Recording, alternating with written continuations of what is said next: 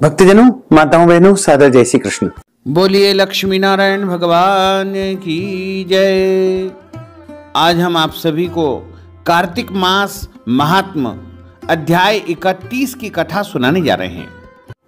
आप सभी से अनुरोध है कि इस कथा को अंत तक सुनिएगा और सुनने के बाद अधिक से अधिक लोगों को शेयर भी कर दीजिएगा। बोलिए लक्ष्मी नारायण भगवान की जय।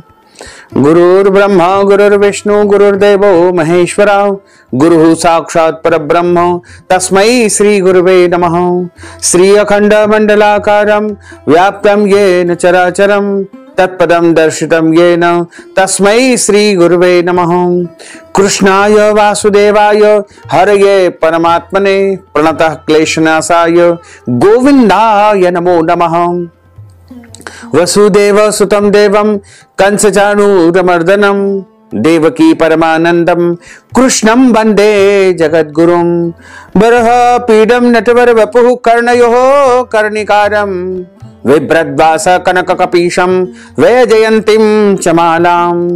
रन्ध्रान् वेणोर्धरसुधया पूरयन् गोपवृन्दैः वृन्दारण्यं सपदरमणं प्राविशत गीतकीर्तिः।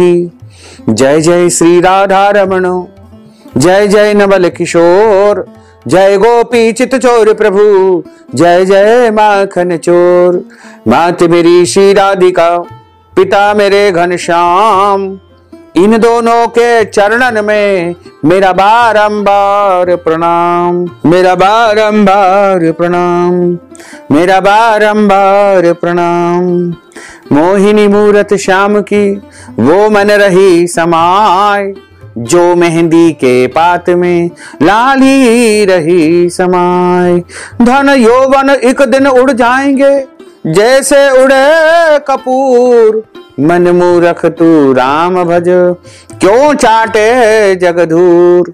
राम कृष्ण दो एक है अंतर नहीं निमेष, इनके नयन गंभीर है उनके चपल विशेष, उनके चपल विशेष। बोलिए श्री वृंदावन बिहारी लाल की जय, गोपाल कृष्ण भगवान की जय, श्री गिरिराज धरण की जय, श्री बाल कृष्ण लाल की जय, श्याम सुंदर श्री यमुने महारानी की जय, जगत गुरु श्री वल्लभाधीश की जय, गोसाई जी परम दयाल की जय, श्री गुरुदेव की जय, लाडले लाल की जय, आज के आनंद की जय। नारद जी की यह कथाएं महाराज पृथु बड़ी श्रद्धा एवं मनोयोग से सुन रहे हैं, साथ ही अपनी जिज्ञासाओं का समन भी कर रहे हैं। अब उन्हें भीष्म पंचक व्रत का महात्म जानने की इच्छा हुई। तब उन्होंने नारद जी से इस प्रकार कहा, हे देवर्षि, आप सर्वज्ञाता है। अब भीष्म पंचक व्रत जो कि भगवान को अत्यंत प्रिय है, उसके विषय में मुझे बताए। यह किस कारण से इतना प्रसिद्ध हुआ, यह जानने की मेरी प्रबल इच्छा है। नारद जी कहते हैं कि हे महाराज पृथु, यह व्रत अनादिकाल से था, परंतु बीच में लुप्त हो गया था। इसका पुनः उदय कैसे हुआ, यह वृत्तांत सुनो। इस युग में भगवान श्री कृष्ण ने भीष्म पितामह को यह व्रत बताया था और उन्होंने ही सर्वप्रथम किया था। इसी कारण इसका नाम भीष्म पंचक व्रत के नाम से प्रसिद्ध हुआ। हे राजन, महाभारत युद्ध से पहले जब भगवान श्री कृष्ण कौरवों को समझाने के लिए गए तो सर्वप्रथम वे विदुर जी के पास पहुंचे। विदुर जी ने उनका हृदय से आदर तथा सत्कार किया। तत्पश्चात वे भीष्म जी के पास गए। वहां जाकर कुशल क्षेम के आदान प्रदान के बाद भगवान श्री कृष्ण ने अपने आगमन का संपूर्ण वृत्तांत भीष्म पितामह को बताया। तब भीष्म पितामह बोले, हे प्रभु श्री कृष्ण, आप मेरी कुछ उत्सुकता का समाधान करें। आप तीनों लोकों के स्वामी होते हुए भी केवल पांडवों की तरफ से ही दूत बनकर के क्यों आए हैं, तथा पांडवों के प्रति आपका इतना प्रेम है, इसका क्या कारण है। तीनों लोग आपके वश में हैं, तब पांडवों ने ऐसा कौन सा व्रत, तप, जप, दान, पुण्य अथवा यज्ञ किया है, अथवा ऐसा कौन सा वशीकरण उनके पास है जिसके कारण आप उनके वश में हो गए हैं। यह सुनकर के भगवान मधुसूदन श्री कृष्ण मुस्कुराए और बोले कि हे गंगापुत्र, यद्यपि यह गुप्त रहस्य है तथा मैं आपकी उत्सुकता शांत अवश्य करूंगा। पूर्व जन्म में उन पांचों भाइयों ने एक ऐसा व्रत किया था जो मुझे अत्यंत प्रिय है। इसी कारण हे गंगापुत्र, मैं उनके वश में हूं। हे मधुसूदन, अब मेरी उत्सुकता और अधिक बढ़ गई है। कृपा करके बताइए कि वह कौन सा व्रत है जिसे करने से आप वश में हो जाते हैं। सुनिए, भगवान श्री कृष्ण ने कहा, मैं आपको पूरा वृत्तांत सुनाता हूं। काशी नगरी में बड़े बड़े विद्वान हुए हैं और काशी नगरी का चारों ओर सभी बड़ा गुणगान करते हैं। लेकिन प्राचीन काल में उज्जैन नामक नगरी में 5 ब्राह्मण थे। इनके नाम है कवि, शुचि, दृढ़, दंत तथा हंस। ये पांचों सभी वेदों के ज्ञाता, युवा, रूपवान तथा गंधर्व विद्या में निपुण थे। सभी दिशाओं में जाकर के उन्होंने अपनी गायन विद्या द्वारा खूब धन अर्जित किया। अपने भ्रमण काल के समय वे मथुरा नगरी के राजा सुवीर के राज्य में पहुंचे। उनकी राज्यसभा में अपनी संगीत कला के प्रदर्शन की इच्छा थी। 4 दिन उपवास कर वे परम पवित्र श्री यमुना जी में स्नान करते रहे।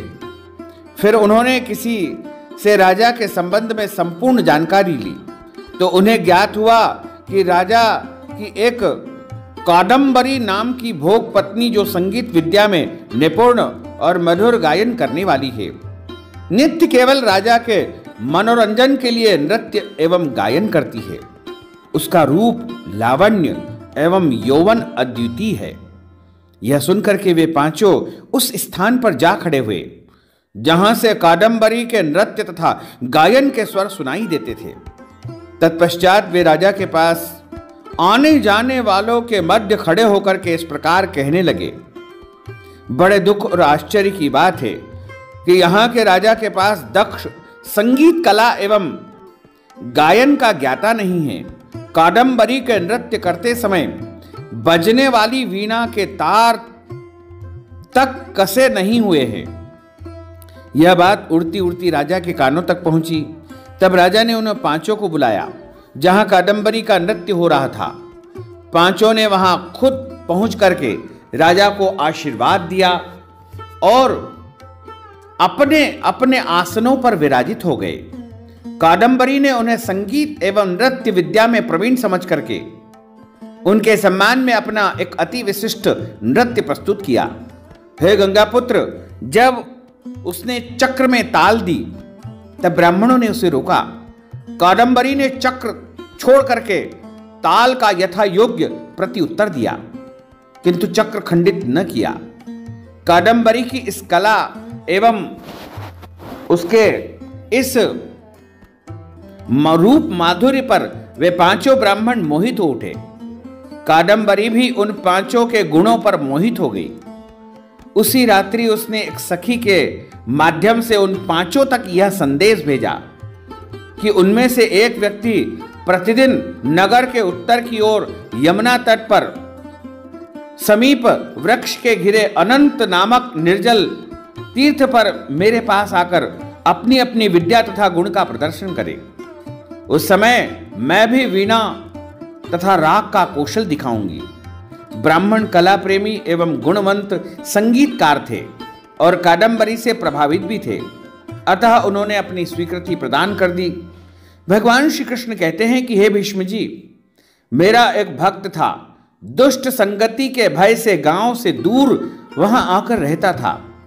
उन दिनों वह भीष्म पंचक व्रत कर रहा था और उसी देवालय में मेरा पूजन करता था। कार्तिक शुक्ल एकादशी के दिन कवि नाम का बड़ा भाई उस देवालय में आया। कादम्बरी भी उस समय वहां पर पहुंच गई। वहां मेरा भक्त जिस प्रकार मेरा पूजन किया, कवि नामक उस ब्राह्मण ने भी वैसे ही मेरा पूजन किया। उसके बाद वीणा लेकर उसने गायन का आरंभ कर दिया। मेरा भक्त क्योंकि मेरे अपने मन पर विजय प्राप्त कर चुका था, अतः उसे गायन और कादंबरी को नृत्य करते देख लेश मात्र भी क्रोध नहीं आया। प्रातः काल होने पर मेरे भक्त ने गोबर से आचमन किया। कवि नामक उस ब्राह्मण ने भी उसे देख करके वैसा ही किया। कादंबरी अपने महल को जा चुकी थी। हे गंगा पुत्र, मेरे भक्त की संगति, रात्रि जागरण और मेरी श्रद्धा से पूजन करने से कवि के समस्त पाप नष्ट हो गए। अतः द्वादशी के दिन वह समस्त द्रव्य दान करके विरक्त हो गया। दूसरे दिन शुचि आया और उसने भी ब्रह्मचारी की भांति देखा देखी की, उसी प्रकार मेरा पूजन किया। फिर रात भर कादंबरी के साथ नृत्य गायन कर सुबह उसने गोमूत्र का आचमन किया। तत्पश्चात उसने भी अपना समस्त धन दान कर दिया और वह सन्यासी बन गया। उसने निश्चय किया कि जिस प्रकार कादंबरी के नृत्य गायन एवं रूप लावण्य को देख करके ब्रह्मचारी का मन चलायमान नहीं हुआ है, उसी प्रकार मुझे भी अपने मन को वश में करना चाहिए। हे भीष्म जी, इस प्रकार त्रयोदशी को दृढ़, चतुर्दशी को दंत एवं पूर्णिमा को हंस भी वहां पर आया। उन्होंने भी अपने दोनों बड़े भाइयों की भांति पूजन करके रात्रि भर नृत्य गायन किया। दूसरे दिन विरक्त हो गए। उनमें से दृढ़ ने गोदुग्ध का आचमन किया, दंत ने ब्रह्मचारी से बचे घी का आचमन किया और हंस नामक छोटे भाई ने ब्रह्मचारी को प्रणाम करने के बाद यमुना जी में स्नान करके आंवले के वृक्ष के नीचे श्राद्ध कर्म किया। इस प्रकार पांचों भाइयों ने एक एक दिन का व्रत किया। हे गंगा पुत्र, कार्तिक मास में हमारा पूजन व दान पुण्य करने से करोड़ों यज्ञों के समान पुण्य फल प्राप्त होता है। उधर जब राजा को कादंबरी के नृत्यपति महल से जाने का समाचार मिला तो उसने उसे महल में बंद कर दिया। कार्तिक मास में हमारे समक्ष नृत्य गायन करके फलस्वरूप ही अगले जन्म में कादंबरी द्रौपदी हुई। हंस नाम वाला ब्राह्मण आंवले के नीचे श्राद्धादि कर्म करने के कारण युधिष्ठिर हुआ। एकादशी जागरण करने के कारण कवि अर्जुन बने। शुचि सहदेव बने। दंत नकुल और दृढ़ नामक ब्राह्मण भीम हुआ। हे भीष्म जी, पूर्व जन्मों में पांचों पांडवों द्वारा किए गए इस व्रत के कारण ही मैं उनके वशीभूत हुआ हूं। नारद जी ने राजा पृथु से कहा कि हे राजन, कलाकार को संयमी और आस्थावान होना चाहिए। उन पांचों ब्राह्मणों में यही गुण था। इस प्रकार यहां पर कार्तिक मास के अध्याय 31 की कथा का समापन होता है। बोलिए लक्ष्मी नारायण भगवान की जय। वैसे तो कार्तिक मास कथा में 35 अध्याय बताए गए हैं। यदि आप अगले 4 अध्यायों की कथा सुनना चाहते हैं निरंतर प्रतिदिन, तो आप कमेंट बॉक्स में अपना कमेंट अवश्य लिखें, तो हम आपके लिए आगे की कथा प्रस्तुत करेंगे। अन्यथा कथा को यहीं पर अध्याय 31 के रूप में विराम प्रदान करेंगे। बोलिए श्री लक्ष्मी नारायण भगवान की जय।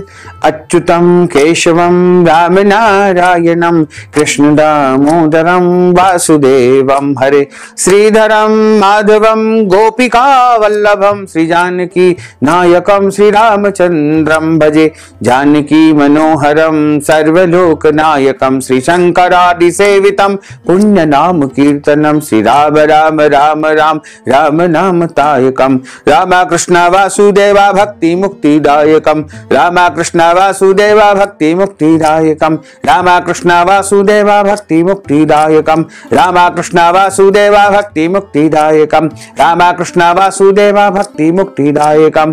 बोलिए श्री लक्ष्मी नारायण भगवान की जय। श्री वृंदावन बिहारी लाल की जय। गोपाल कृष्ण भगवान की जय। श्री गिरिराज धरण की जय। श्री गोवर्धन नाथ भगवान की जय। श्री श्याम सुंदर यमुने महारानी की जय, जगत गुरु श्री वल्लभाधीश की जय, गुसाई जी परम दयाल की जय, श्री गुरुदेव की जय, लाडले लाल की जय। धर्म की जय हो, अधर्म का नाश हो, प्राणियों में सद्भावना हो, विश्व का कल्याण हो, सनातन धर्म की जय हो, गौ माता की जय हो, नगर बस्ती की जय हो, आज के आनंद की जय हो, कल के आनंद की जय हो, परसों के आनंद की जय हो, बरसों बरसों के आनंद की जय हो।